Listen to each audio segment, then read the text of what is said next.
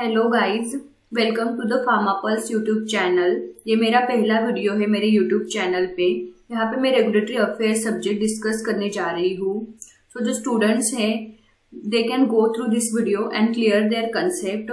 और जो इंटरव्यू के लिए प्रिपरेशन कर रहे हैं, जो रेगुलेटरी अफेयर्स डिपार्टमेंट में जॉब चाहते हैं, they can use this video during their interview preparation. So let's get started. हम बेसिक से स्टार्ट करेंगे। वी विल सी कि regulatory affairs department pharmaceutical industry में होता क्या है, रेगुलेटरी अफेयर्स डिपार्टमेंट का काम क्या है। जैसे कि हमें पता है फार्मास्यूटिकल इंडस्ट्री में मल्टीपल डिपार्टमेंट्स होते हैं, जैसे कि formulation and development department, analytical department, quality control department, quality assurance department, then there is pharmaceutical project management department, then there is a sustaining product department. ये अलग अलग तरीके के डिपार्टमेंट फार्मास्यूटिकल इंडस्ट्रीज में होते हैं। उनमें से ही एक डिपार्टमेंट है regulatory affairs department. So regulatory affairs department is one of the most important and the critical department in the pharmaceutical industry. ये जो सारे डिपार्टमेंट है वो एक दूसरे के साथ कोलैबोरेट करते हैं in order to achieve the common goal, right. So regulatory affairs department acts as a bridge or it acts as an interface between the pharmaceutical companies and the regulatory authorities.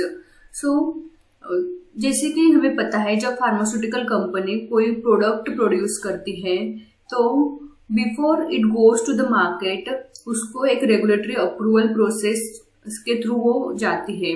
Regulatory authorities जो होती है they review the data submitted by the pharmaceutical companies for that product और on the basis of that data regulatory authorities वो pharmaceutical company को approval देती है, right। We know this process। So regulatory affairs department जो होता है वो it acts as a critical function, it acts as an interface between the pharmaceutical companies and the regulatory authorities। So we'll see this point one by one।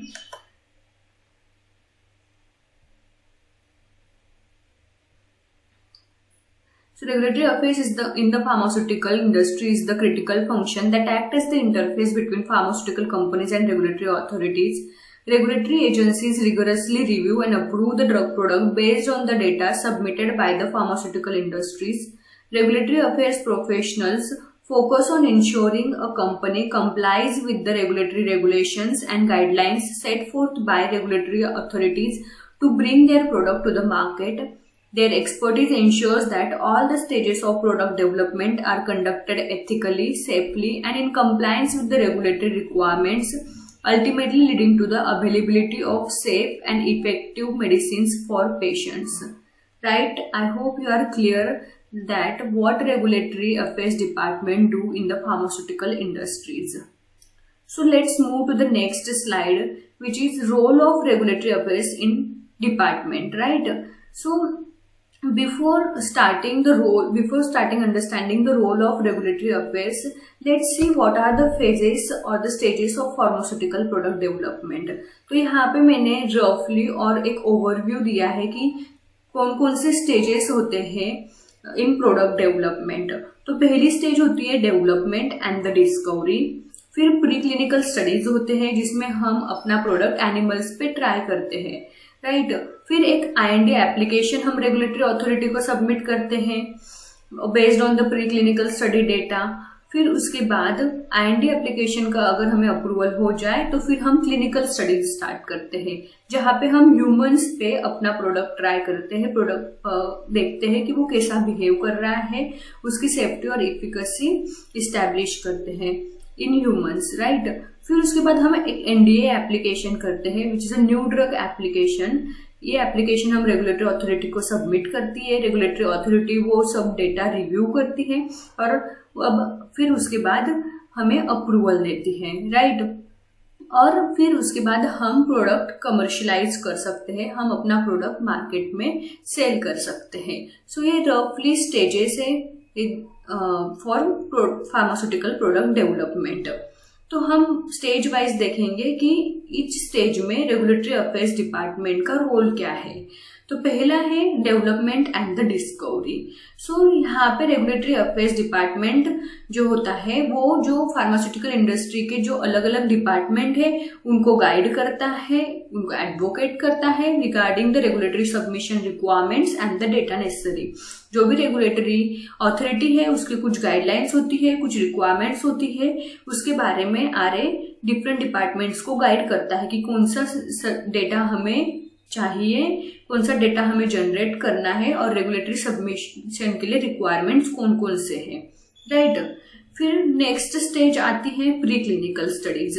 यहाँ पे जैसे कि मैंने बोला कि हम एनिमल्स पे अपना ड्रग प्रोडक्ट टेस्ट करते हैं, राइट। तो यहाँ आरए का रोल है कि regulatory affairs advices on regulatory requirements for the pre clinical studies.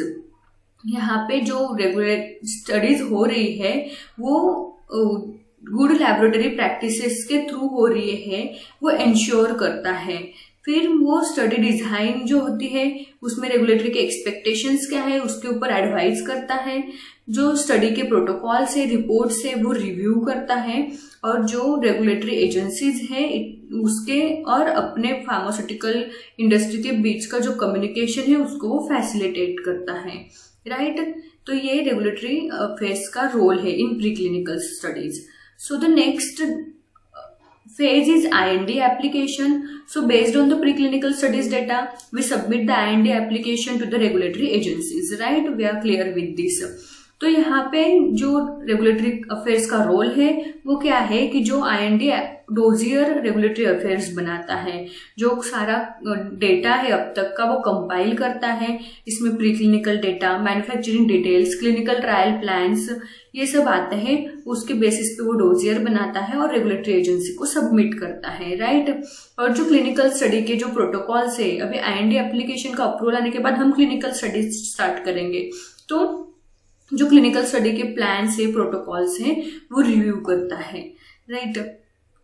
तो next stage is a clinical studies. तो यहाँ पे रेगुलेटरी अफेयर्स डिपार्टमेंट क्या करते हैं, वो इंश्योर करते हैं कि जो ट्रायल्स हैं वो गवर्नमेंट रेगुलेशन और एथिकल गाइडलाइंस को फॉलो करके हो रहे हैं। They oversees the patient safety by safety monitoring and reporting. और फिर जो अगर कोई अपने क्लिनिकल स्टडीज में कोई चेंजेस है, उसके प्लान में कोई चेंजेस है, तो जो रेगुलेटरी अफेयर्स है वो चेंजेस रेगुलेटरी एजेंसीज को बताता है और उनसे वो अप्रूवल लेता है, राइट। और फिर helps to create a complete and accurate record of the trial for future review. ये रेगुलेटरी एजेंसीज का काम है during the clinical studies.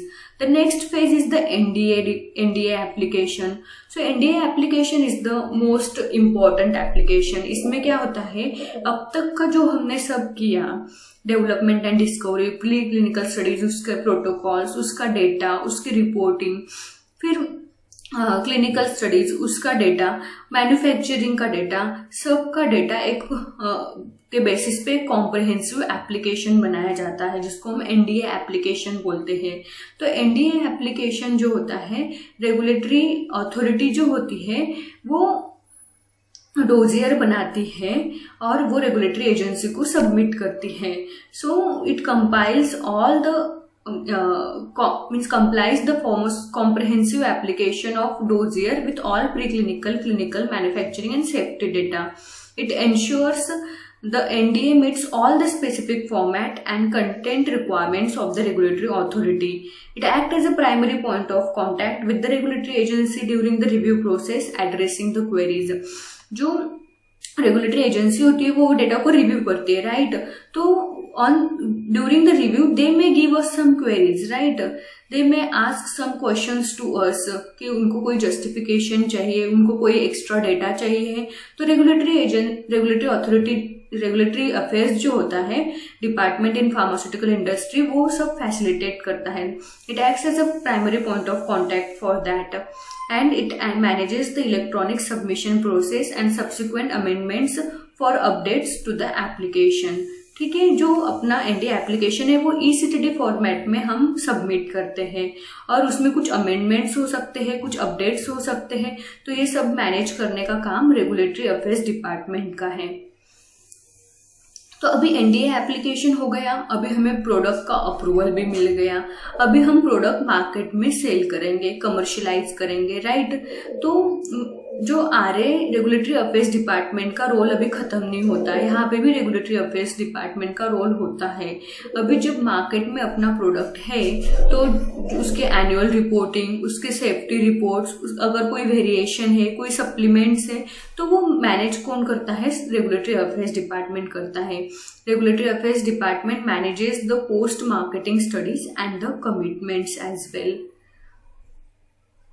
I hope you are clear with the role of regulatory affairs department.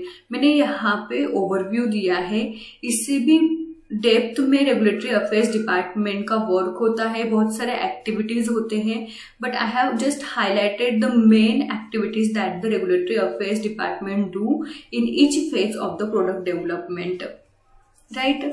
So regulatory authorities कौन कौन सी है across the world, वो हम देखेंगे। जैसे हमने देखा था कि रेगुलेटरी अथॉरिटीज जो होती है वो एक एजेंसी है जो प्रोडक्ट अप्रूवल के लिए कुछ एक्सपेक्टेशंस रखती है, कुछ उनके गाइडलाइंस है, कुछ रेगुलेटरी रिक्वायरमेंट्स है। तो उनके रिक्वायरमेंट्स है वो हमें फुलफिल करने हैं in order to get the approval for our product. तो यूनाइटेड स्टेट्स में FDA, food and drug administration regulatory authority है, it is one of the famous regulatory authority we all know. फिर European Union में EMA है, United Kingdom में MHRA है, Australia में TGA, China में एनएमपीए है, जापान में पीएमडीए है। तो जापान की जो पीएमडीएम रेगुलेटरी एजेंसी है, it is one of the stringent regulatory agency, right. फिर कनाडा में हेल्थ कनाडा है, इंडिया में सिडिस्को है, साउथ अफ्रीका में एमसीसी है एंड ब्राजील में अनवीजा है। और बाकी के आप ये स्लाइड से रेफर कर सकते हो। जो पहले के रेगुलेटरी एजेंसीज है till Brazil are the most important regulatory agencies that we should all remember, क्योंकि ये हमेशा इंटरव्यू में पूछे जाने वाले क्वेश्चंस है। और even in MCQ if we are appearing from any competitive examination, उसमें भी ये एमसीक्यू पूछे जा सकते हैं, right. So I hope you are clear with this topic. Thank you so much.